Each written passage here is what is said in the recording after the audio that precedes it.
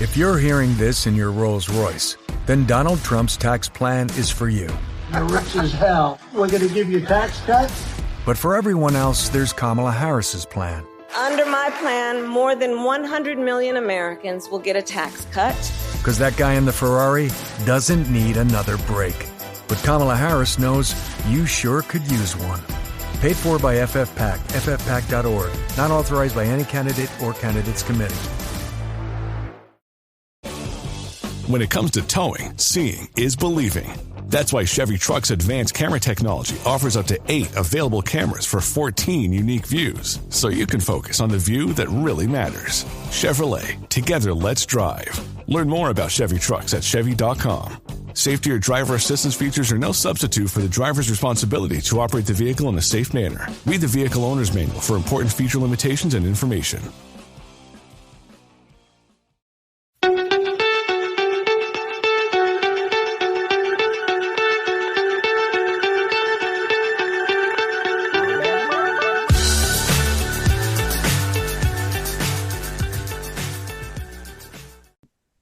So welcome everybody to another episode of the Premier League Cricket Show, and this week we're talking about the NCCA. So to join us today with myself is Hugh, as normal. How are you doing, Hugh? How are you doing? But our most important guest today is the Operations Director from the NCCA, Richard Logan. How are you doing, Richard? Yeah, really good, thanks. Thanks for having me. Pleasure, absolute pleasure, mate. Now, let's get back to basics before we go anywhere. For those of our listeners who don't know what NCCA is, tell us. Well, it stands for the National Counties Cricket Association. I suppose it's probably historically been best known for being the minor counties, but the name change happened just over 4 years ago now, and that's kind of when I came into the position I'm in. It was actually operations manager, and it's kind of grown over the last 2 or 3 years from a sort of 3-day a week, 4-day a week, and now I'm full-time, which I've been for just coming up to 12 months. So yeah, and we basically look after 20 counties around the country, from sort of Cornwall and Devon up through the centre of England with Bucks and Hertfordshire and Berkshire, across to Suffolk and Norfolk, and then up to Cumbria and Northumberland with a few in between as well. So yeah, we look after 20 counties, and our fundamental part of our business, I suppose, is to deliver a cricket programme for what we deem as the best recreational cricketers in the country. The really obvious question to follow that: how did you end up in that job, Richard? What's your background, and where did you come from in this cricket world? Okay, well, I can go all the way back to, I think I was about 4 months old when I first went to a cricket ground. So my dad played in an era when everyone played Saturday and Sunday, and it was, without question, it was the same 11 that played on the Saturday as they did on the Sunday. My mum and everybody else made the teas, and it was that. So it was kind of our life growing up, certainly over the summer. And that was at Cannock Cricket Club. So that was a massive part of my life growing up. I'm a Staffordshire lad. I then started playing myself, went through from Cannock into Staffordshire, went through the age groups, and then got picked up by Northampton when I was 15, 16, signed a contract with them. And then I played professionally for 12 years up until about 2008. And then I went into the world of minor counties with Berkshire and a bit with Cheshire, and then back with Berkshire. And at the same time I'd finished playing professionally, I started a cricket coaching business, and then have kind of been in cricket, as that says, my whole life really. So whether it's been coaching, which I actually don't do anymore, into kind of the business side of cricket, I suppose. And yeah, I had my own business, an events and marketing business. The sort of job came up for national counties, and I went for it, and that's where I am now. And with the role of the national counties, that, I suppose, that background of events and marketing and organising stuff, together with your life in cricket, was just a perfect fit, really. Yeah, well, obviously it was. So it was good.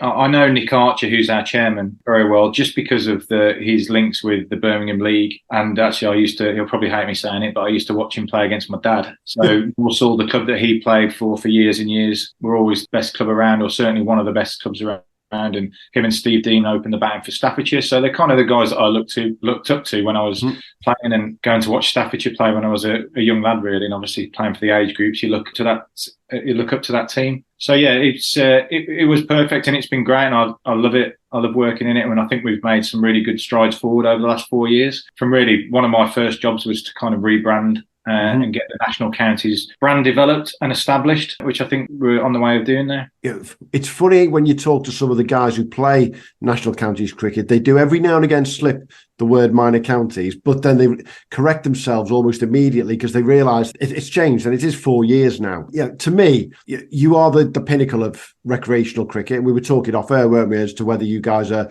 semi-recreational, semi-professional, a bit in between.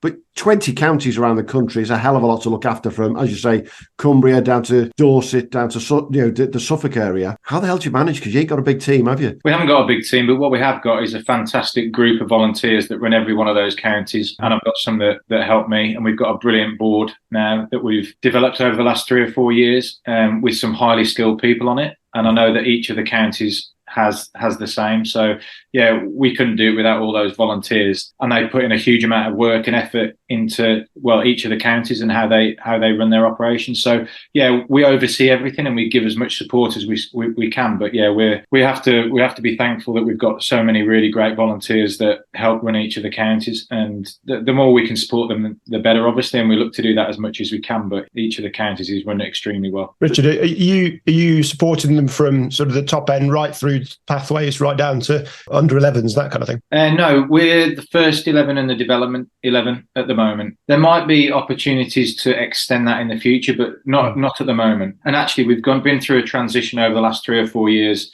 The way some of the counties are structured themselves, you've got the county cricket board and then you've got the county club. And over the last few years, a lot of those have merged. So half of our counties are merged now. So it's kind of like Berkshire Cricket or Lincolnshire Cricket rather than Lincolnshire County Cricket Club and Lincolnshire County Cricket Board. They're all together and one now. So that's not to say that's better or worse than ones that aren't merged. As long as they've got good relationships and work closely together, then it's as effective, I suppose. The national counties play in a number of competitions through the year. For those who are listening to the pod and haven't got a clue, because all they ever follow is, Test cricket, T20, IPL, and the county championship, just tell everyone, what can they look forward to across an NCCA season? Because there's a hell of a lot of cricket, isn't there? Yeah, there is a lot of cricket, and we try and dovetail our season with the first class. So as you mentioned earlier, we kind of sit in between recreational cricket and professional cricket, and one of our, not our only job, but one of our main jobs is to supply players into the first class arena. And that might be players that are late developers, players that have been in and then dropped out, and try and give them a springboard back into a sort of second opportunity playing professional cricket. So we try and make sure that our season, obviously it fits in with what we need it to do from a date perspective, but it also dovetails with the T20 Blast or the Metro Bank or anything else. So we have a T20 competition at the start of the year. That starts on the 28th of April this year, I think it is. We've actually got a slightly different format in the T20, which I'll come back to in a second. Yeah. But we have T20, that kind of finishes as the Blast starts. We then have 50 over cricket that kind of leads into the Metro Bank 50 over stuff. And then we have our 3-day cricket that predominantly happens during the summer holidays, obviously for a number of reasons with teachers and students and stuff being off. So that's when they have to have days off work, because that kind of those games run into a Monday and a Tuesday.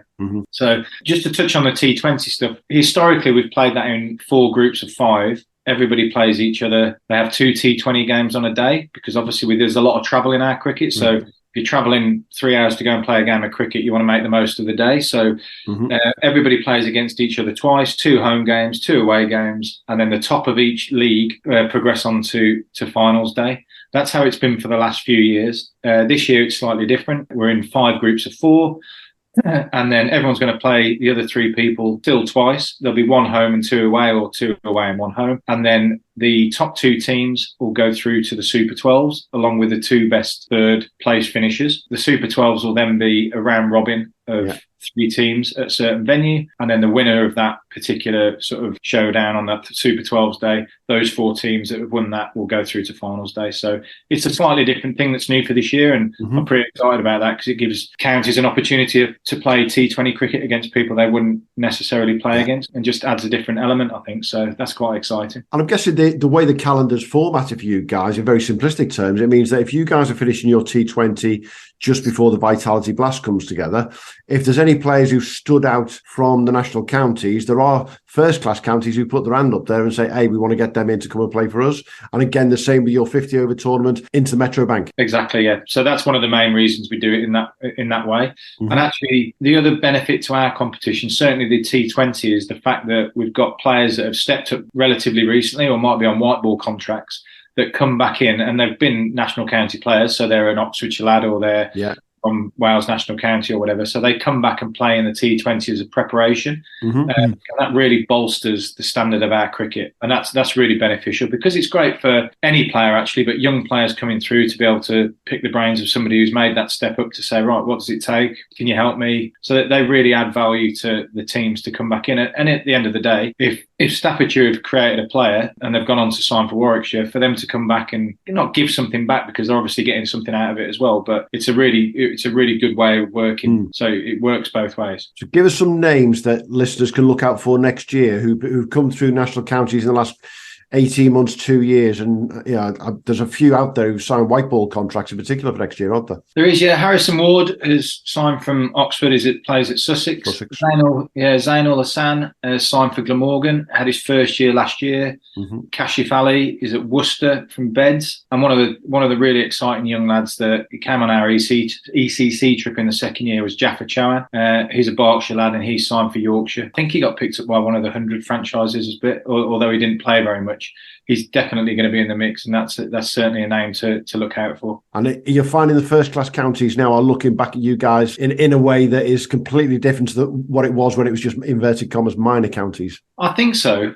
It's an ongoing bit of work that is to ensure that our relationships are better. There's a lot of counties that have an official partnership with a first-class county, and that's obviously brilliant. I've already named Oxfordshire and Sussex there, Berkshire and Middlesex.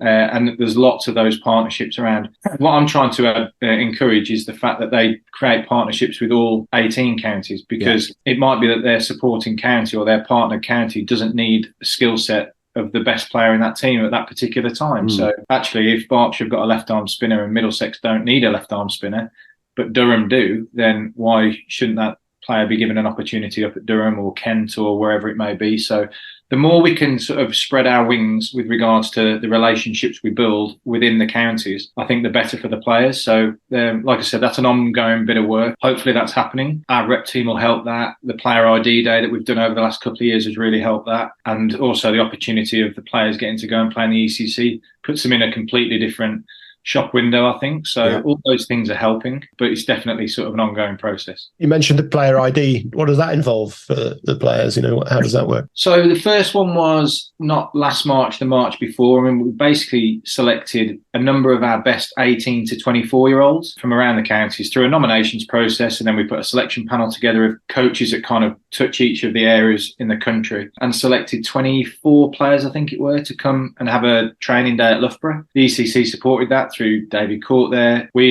invited all the first-class coaches to come down and watch, and they basically just come down and watch. I get to have a bit of a chat with them, talk to them about what we're trying to achieve. They get to watch the players and see some guys that they might not be currently aware of if they are from counties that aren't near their first-class county. So that happened we began on for 2 years ago, and then we expanded it last year. We had 2 sessions, one in the morning, one in the afternoon. And we had 20 players at each. So, yeah, that's kind of the idea. Literally, as it sounds, it's an ID day for the first-class counties to come and see any young talent that we've got that they might not be currently aware of. It's almost the reverse of an open trial.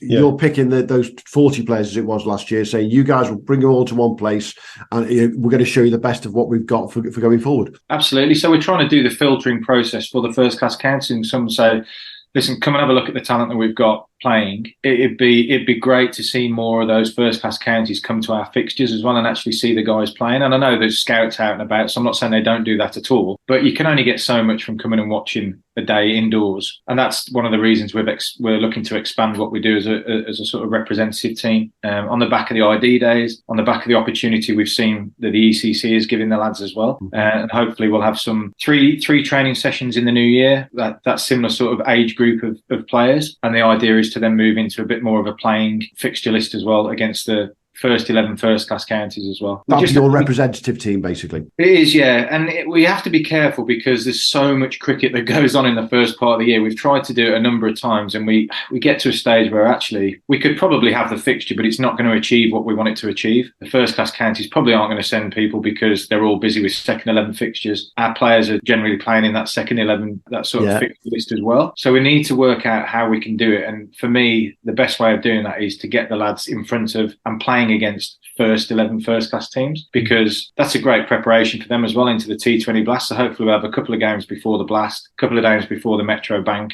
and it'll be good prep for those teams that we're playing against. Fantastic. That's phenomenal. I think listening to that, I know myself and Richard have spoken off air about this previously. It's almost a reinvention of what was something was many years ago called the Unicorns, Richard. Yeah, very similar. So obviously a couple of different people running it this year. Not to say that will be better or worse, it's just slightly different. And I think we just want to make sure that we're giving our players the best opportunity. And there's loads of things that we're working on in the background, of whether that's getting slightly more involved in maybe university stuff. Certainly women and girls cricket is a big area that we feel that we can support. Obviously we just need to work out and work with everybody that's running the game from the women and girls perspective, that we fit into the right area there and we can support in the right way. Obviously I'm not interested in sort of bulldozing my way into that. I want to make sure that we're in the right place. But we've had something that's come up over the last couple of weeks that's really exciting to sort of give us a foothold in that world, I suppose.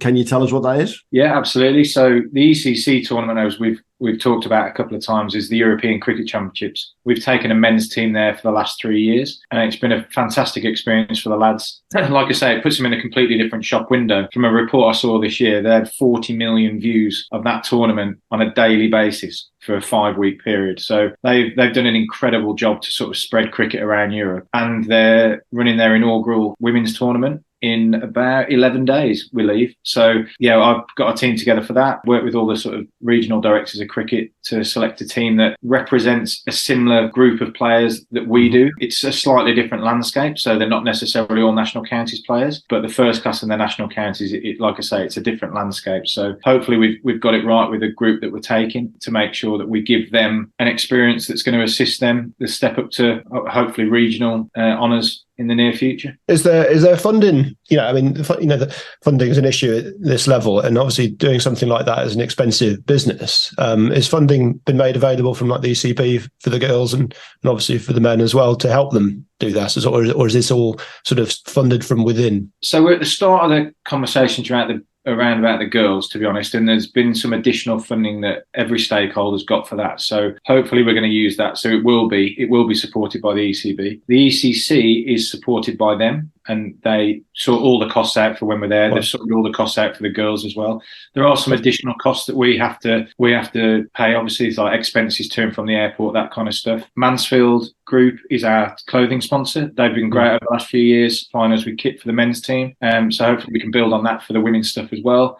And when you're looking at 40 million hits daily, it opens up some commercial doors. So we're working hard on that as well. And yeah, absolutely.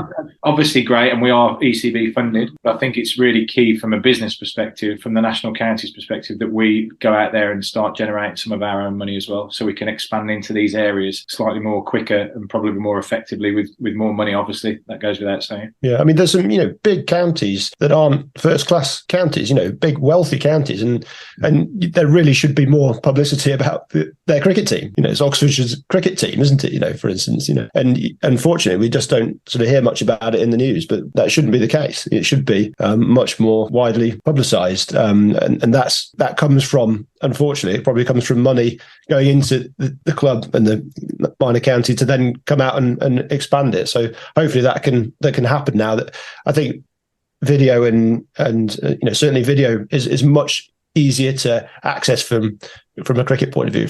You can see the games, they can be filmed better, the equipment's much cheaper, so hopefully it becomes much easier and cheaper to publicise. I mean, you just have to look at the county streams for first class counties. I know Notts have put quite a lot of money in it, but their streams, they've got multi-camera setups, and I know that's expensive, but it's not as expensive as it was 4 years ago, 5 years ago. You had to have a full TV crew there 10 years ago. So hopefully with the greater access of audiovisual, it can really boost the national counties right up there.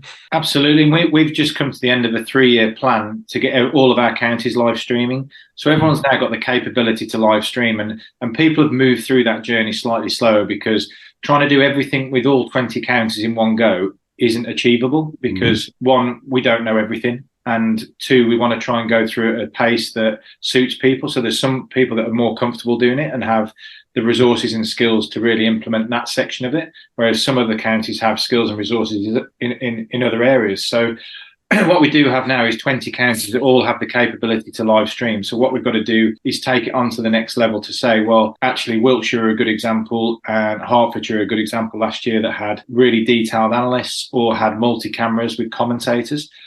So it's absolutely doable, but it's just making sure that we can resource that and what the cost implications are, and not asking people to deliver stuff that's completely unrealistic. But if we move through slowly and we support each other by internal support groups, sharing best case practices and all those kind of things, we can get to a stage where in 2 or 3 years' time, we might have the ability to be the most watched recreational sport in the UK, for example. It's like I might have written that down yesterday, isn't it? Yeah, and I think one of the keys to that, it's actually one of the keys as a problem for you in the past, which you're overcoming, but the key to the future. You've got a partnership with MV Play, which is one of the things you guys have worked on very closely with, to do all this live streaming over the last couple of years. But you're not all at the same ground, are you? So it's not, Staffordshire don't just play at one ground, like Derbyshire might just play at one ground plus Chesterfield. So to set up live streaming for the national counties at all the different grounds they play at is a different ball game to just setting it up at Lords, for example, and leaving the cameras all there. Yeah, and I think one of the ways that we can go about that is to have like 8 small mobile teams. So they go to each of, because we have 8 fixtures every week pretty much. So if you go into those grounds and you go into those 8 particular fixtures, you can set it all up. You might be able to do a bit of commentary. We can set the grounds up so there's a bit of continuity of the way things look. Because then when you're going onto our website, for example, you might have 8 nice tiles of the fixtures that are taking place, and you can kind of dip in and dip out, because although we might be live streaming it, it's where can people access it? Where the ease of access? Can I go in and, like I can see you guys now and myself, we can click on that, go in and watch Berkshire versus Hertfordshire, come out and then go and watch Lincolnshire versus Northumberland. So if we can start doing that, we'll start getting the viewership up, we'll start getting the hits becoming more, and then collectively as a unit will become a more attractive commercial proposition, whether that's for me to sell or for the counties to sell. Definitely. I think, as Dan Weston and the boys at European Cricket have shown, if you build it, they will literally come. There's no two way. What they've done with European Cricket to get those 40 million hits a day during the ECC is just phenomenal. And it's continuing to grow time and time again. And cricket, we know there are literally billions of people around the world who will watch cricket. It doesn't matter what time of the day it is. If they can turn their computer on, in this case, and get a live stream, they're going to watch it. And that's got to be to the benefit of everyone, hasn't it? Yeah, absolutely. And we don't necessarily need to get a sponsor who's going to give us money who's in the UK or UK based. It's of an Indian based company in the UK or vice versa. Then we need to play by our strengths. And if as the rep team, to package up support of that rep team, not only to support players in the UK to step up into first class cricket, which is a really cool story anyway, but then we've got the caveat to say, well, actually, your brand on our shirt in a competition is going to be seen by millions and millions of people. So it's just working the both of them together, sort of telling the story of our purpose and why we're here in the UK, but also then taking advantage of the commercial eyeballs on cricket, really, that the ECC have enabled us to do, and hopefully we'll be in a similar position in years to come. Well, hopefully when this pod goes out literally a couple of days before you head to Spain. I think it's Sunday the 17th of December is the first game for the women and girls that you're taking out there. Who's coaching the team out there, Richard? Beth Morgan. Okay. Beth Morgan, obviously very well known within the women and girls game. So, and because I'm not particularly, not well known, but not well versed in the women and girls game, I'm really looking forward to the learning curve it's going to be for me for a week, helping out and supporting from a coaching perspective to an extent. But I kind of stay out of the cricket side of things in Spain. I either leave Lambo and links to it in the men's stuff, or I'll leave Beth and Kiara Green, who's the captain, and let the girls do their thing. But yeah, I'm really looking forward to seeing how they go for the week. And I think we've got a really strong team, and we've had a few conversations with the group on Zoom and individually, and they all seem really excited to go out there, and they all seem like a really good group of girls. They're excited to go out there with this weather. Yeah, fabulous opportunity at any time of the year, but the week before Christmas to be heading out there and doing that, you couldn't ask for anything better, could you? No. Because the schedule when we're there is really quite busy, albeit we did play for 3 days and have 4 days off this year before finals week. But yeah, we haven't, because we have to take all of our kit over. Taking clubs as well is difficult, but I can tell you've thought about it though, haven't you? You've thought about it. Yeah, I've absolutely thought about it. And there is a course right near where we stay, but yeah, we've decided we actually played paddle this year, which I was disappointingly awful at. And yeah, that's kind of shows the age gap really when I'm trying to run around a court with a load of 23-year-olds and they're all whippersnappers. So I stay very good. I can't resist asking though, Richard, if you were awful at it, who else was awful? Because there must be some of the guys who went out there to play for England. They can't all have been good at it. No, they weren't. Me and Tommy Sturgis ended up together in the sort of booby group, actually, I think. So that didn't... he'll probably hate me for saying that, but I think he's quite an honest lad. So I think he'll probably admit that me and him weren't the best out of it. There was, as you can imagine, there was a lot of competitive animals. Who was the best? Dare I ask? Well, I'm not going to throw my name out there and say anything I'm not going to throw any names out because I'll get a load of stick. But I think if I can remember rightly, there was Young, Scott, Hemp, and Rishton were there and thereabouts in 4 of the better players from memory. But I think at this stage I'd walked off and I was sat getting a drink because it was 30 degrees. It wasn't bad, was it, in the slides? Hey, so you're looking forward to ECC next year again. I'm sure you'll be wanting to take a team out next season. The run up to that for you, Richard, by the sounds of things, it really starts in January, February, doesn't it, with your player ID days all the way through to October and building through the season? Yeah, definitely. So I think there's a slight difference with it. The teams that we'll work with in January, February, March, the squad that we'd probably select a team from if I got a phone call from Richard Gould tomorrow and said, right, we want you in the T20 Blast or we want you in the Metro Bank. And we've focused that on white ball cricket that we play in the UK. Whereas the T10... Is that a likelihood? Yeah. I hope so. Wow, it's definitely my end goal. Like that. One or the other, or both, or the 100. Who knows? Who knows what's happening? But I think the goal for me is to be prepared that if that call comes, it's not like, right, what we're going to do. It's no problem. I could get a team tomorrow that would be very, very competitive in that cricket because we started working with them. We're going to continue that from January to March. We'll then monitor a high number of players throughout the year anyway. It's not like we just pull them out of the hat. So we've got a really good list of good quality youngsters with a couple of the slightly older, more experienced lads. And then as we go through the season, we have a T10 selection day, which is a specific day where we get 22, 24 of the lads who are really in the mix to go to Spain and they play some T10 cricket. Because it really is a completely different format. I know that sounds obvious, but it's a completely different game. So players need to be able to hit the ball in certain areas, in certain ways. They need to be able to bowl under pressure with different skill sets because it's just so fast moving. And then after that selection day, we'll pick the team to go, and we're definitely going next year. I think the dates are the 14th, 17th of October. We've got finals because we won it this year. We go straight back to finals. Yeah. Which is actually quite tough to do, but I was going to say that the Netherlands found that tough to do this year, as we did the year before. You haven't had that run up to it because our guys will have finished playing cricket late August, mid-September, and they get a break and they just go out there and have to try and hit the ball from ball one, don't they? Yeah, and that's not easy, right? It's not easy running into bowl when you go from grass to astro.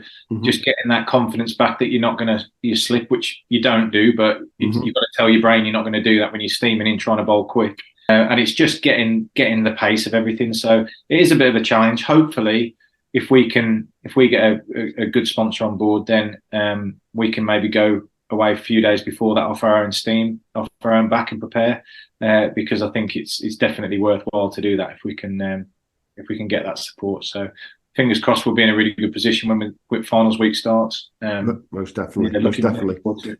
So listen, this is the Premier League cricket show, and there'll be a number of people listening going, so what on earth are you doing going on about national counties cricket if this is the Premier League cricket show? So we pride ourselves with this new show that we're going to be all about the 32 Premier Leagues that are around the country. We estimate 4,500 players playing every Saturday in those 32 Premier Leagues. And without a shadow, they are the best cricketers in recreational cricket around the country. But that's a natural link to the national counties with you, Richard, isn't it? And I think, is it fair to say that we want to work together as almost your official podcast for next year so that we can actually share everything that national counties do? Yeah, absolutely. Well, there's such a high percentage of our players that play in Premier League cricket all over the place. I know that from personal experience. I've played in a lot of them myself. I've moved around a few counties, so I think I've played in the Birmingham League, played in Notts, played in Lincolnshire, Sussex, and it's actually great to see all the differences and the sort of the different way the game's played, the wickets you play on. I've played up in North Staffs and South Cheshire, and those wickets compared to the ones in Sussex are just completely different. The way that people go about their cricket's different, but ultimately it is the grounding of everybody going up into the national counties. So I can't think of anybody who doesn't play Premier League cricket. And I think Dorset have just got their Premier League status as well. So that's great, because that's another one of our counties that is going to be playing within their own county. So yeah, I think there's such a strong link that a lot of the players that, if we do some coverage about our most valuable players throughout the season, there'll be players that are playing in the ECB Premier League for sure. It's no coincidence that the previous two episodes of this one, our listeners will have heard from Andy Rishton, one of the guys who plays for you guys in the representative 11. They'll have heard from Brad Wadlin, one of your coaches who you work very closely with. And we're going to continue that theme, because not only are they people who we want to speak to, but as you say, they work in Premier League cricket, they play Premier League cricket, and they're playing national county. It is the natural link. And we want to do as much as possible to, I think Hugh said the words earlier, publicise what you guys do, because the 18 first-class counties get, in my opinion, an inordinate amount of publicity in comparison to the amount of cricket that goes on below that, whether it be the 21st class or the 32 Premier Leagues. And there's some massive stories to tell. I mean, I'm going to pick one story from last season in the NCCA, which I don't think got anywhere near the publicity that it should have. And it's a pretty obvious one to Hugh. I know what's coming here. It was Niels Priestley's innings in the T20 finals day. I mean, you were there, I'm sure, Richard. Describe that innings for anybody who wasn't there in comparison to what they'd see watching the Vitality Blast. Well, it was no different. In fact, it was probably better, to be honest, because it was just some insane ball striking, and it was really unfortunate that Niels had gone to Australia this winter, and that's one of the things I suppose we have to battle with people disappearing off, and they can't play. They can't play in Spain for us, because he absolutely would have been in that team. But yeah, bearing in mind they're playing against Berkshire, historically one of the better, stronger teams. They've got a lot of trophies over the last few years. Then it was just incredible. And because it was the start of the day, I was actually running around a little bit trying to just make sure everything was okay, because we obviously organised the day and there was a lot of people there. And by the time I'd looked up, he was on about 70. And it was just crazy. I'd heard obviously balls flying all over the place, but yeah, he's an incredible ball striker, and it was an incredible innings. But like you say, he's not the only person that does those things. They're done week in, week out. Whether it's, I think Sam Young and David Scott put on an unbelievable partnership. Youngie got 200, David Scott got 170 for Dorset. Yeah. And then subsequently that was then knocked off by Shropshire, where George Hargrave got 200. So we have some incredible games played, and it's one of our ongoing bits of work, obviously, that we try and promote our cricket as much as possible, but joining forces with you guys on here, speaking about it more, getting it out as far as we can, the social media stuff, everything else that we're consistently trying to do. But yeah, obviously I'm biased, but I think we should get more airtime, and the more we can get, the better, really. It's just missing that. I feel like it's missing that sort of FA Cup. You know what I mean? Like the FA Cup links the amateur game, the semi-pro game, and the professional game in football so well, and it's such a big event every year. And because the first-class counties, that's it, doors shut. And I suppose the unicorns historically and other things going back, but there just isn't that link, and there should be. There should be a way of merging the two a bit better, giving more opportunities to the likes of Niels Priestley and those kind of players to then do something on a national level, which then jumps them and gives them that opportunity to step forward. A Jamie Vardy type player who's, all of a sudden, you've got one of the world's quickest strikers knocking about in non-league football. 2 years later, he's playing the Premier League and winning the Premier League. Kind of opportunity, because those players are there. They may have, like you say, they might have developed late.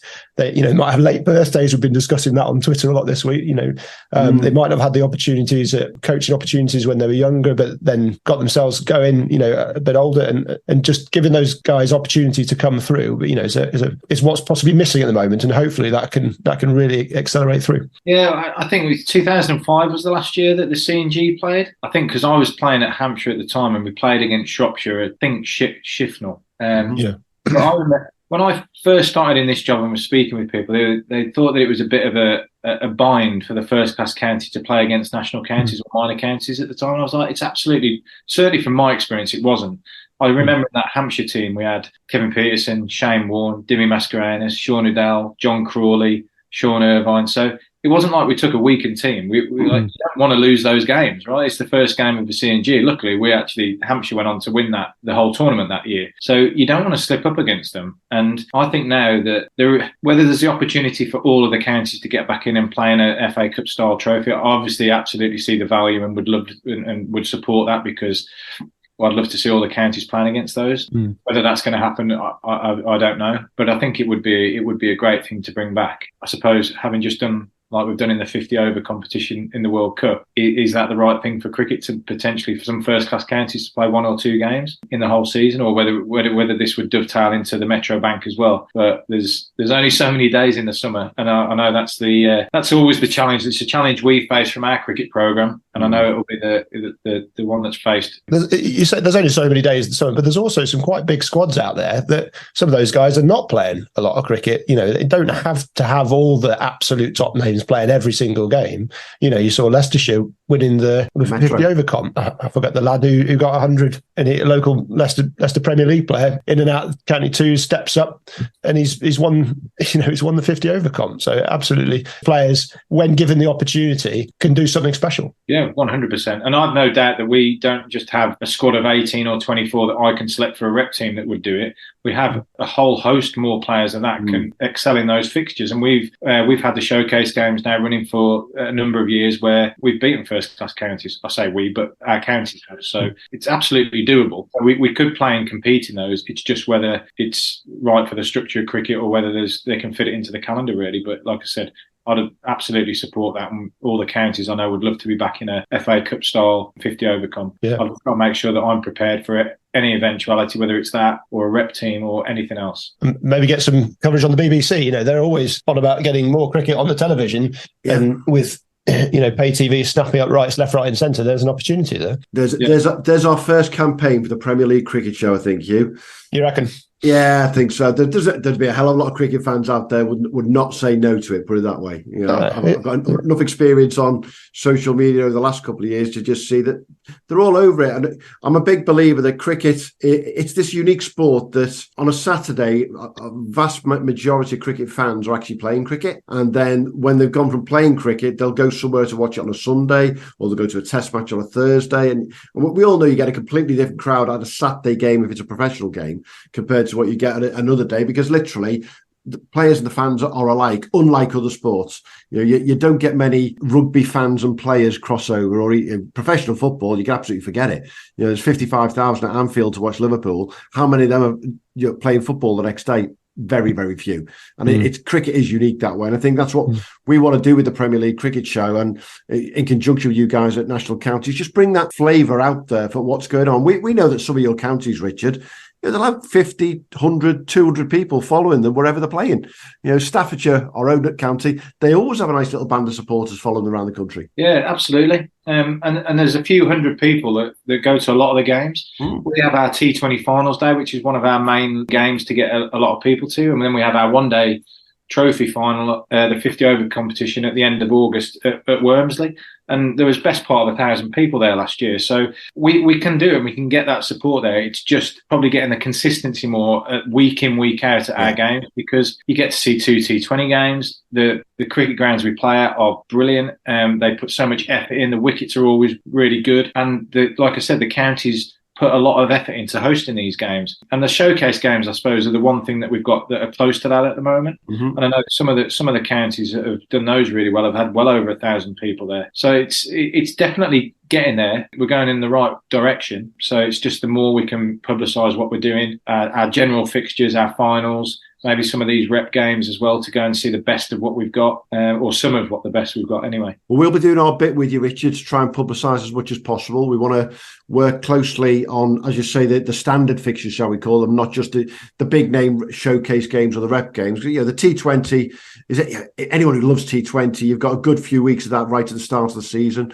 and we'll publicise as much of that as we can with you, work with you on that. Hugh's going to be all over the stats in those games as well. One of the key things for us, I love your feature Cricket Show ones to watch on your website. That's something we're keen at looking at across the whole of the Premier League. But it does, again, dovetails nicely into what you guys do. And Hugh's the man for looking at those ones to watch, whether it's someone striking in the first 5 overs, last 10 overs against left-handers, right-handers, you name it, Hugh could do that, can't you? Yeah. I think something that's I'm getting interested in is looking at the prospects coming through, and I'm going to be covering that across the nation, but also through the national counties as well. Just looking at the young lads, I've done a bit of work on picking up birthdays and things, so I can analyse ages, and it's been really interesting to see the standard of some of the young players and how they jump out and how they compare against their peers.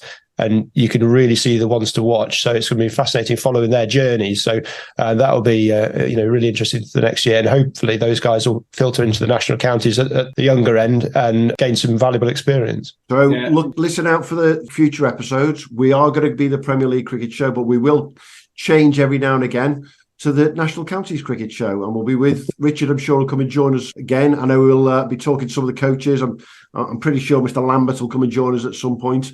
We'll get one or two of the other guys from around the country to talk about what's going on, and hopefully everyone will get a better flavour of what national counties is, and it certainly isn't minor counties, is it? No, absolutely not. And I think it's, like I said, we're moving in the right direction with so many things, and it's great to be on the show, and hopefully give us an extra leg up to get into a new audience or more of the audience that we already know. Brilliant. Thanks for joining us, Richard. Hugh, thanks once again, mate. Cheers now. Right. Thanks, guys. Thanks for listening to the Premier League Cricket Show. If you haven't already, make sure to hit that subscribe button so you don't miss out on future episodes and stay updated on all the latest news, views and discussions from around the cricket's Premier Leagues. And be sure to follow us on X, formerly known as Twitter, and Instagram at TPL Cricket Show on both. Join the conversation, share your thoughts and connect with us and your fellow Premier League cricket fans. And hey, if you enjoyed the show, why not show us some love? Leave us a 5-star review on your favourite podcast platform, as it helps other potential listeners to find us when they're searching for cricketing podcasts. Thanks again for being part of the Premier League Cricket Show family, and until next time, have a good one.